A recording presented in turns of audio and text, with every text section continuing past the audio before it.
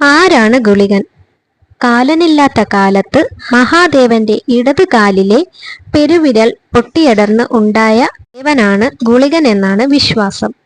ജനന മരണങ്ങളുടെ കാരണഭൂതൻ തന്റെ പരമഭക്തനായ മാർത്തണ്ഡേയന്റെ ജീവൻ രക്ഷാർത്ഥം മഹാദേവൻ കാലനെ മൂന്നാം തൃക്കണ്ണ് തുറന്ന് ഭസ്മമാക്കി. കാലനില്ലാതായതോടെ ഭൂമിയിൽ മരണമില്ലാതായി. ഒടുവിൽ ഭാരം സഹിക്കവയ്യാതെ ഭൂമിദേവി വിവശയായി. കാര്യമറിഞ്ഞ പരമശിവന്റെ മനമലിഞ്ഞു. ഇടത് കാലിന്റെ പെരുവിരൽ നിലത്തമർന്നു. വിരൽ പൊട്ടിപ്പിളർന്നു. ഉടനടി ഒരു ദേവൻ അവതരിച്ചു. അതാണ് ഗുളികൻ എന്നാണ് വിശ്വാസം.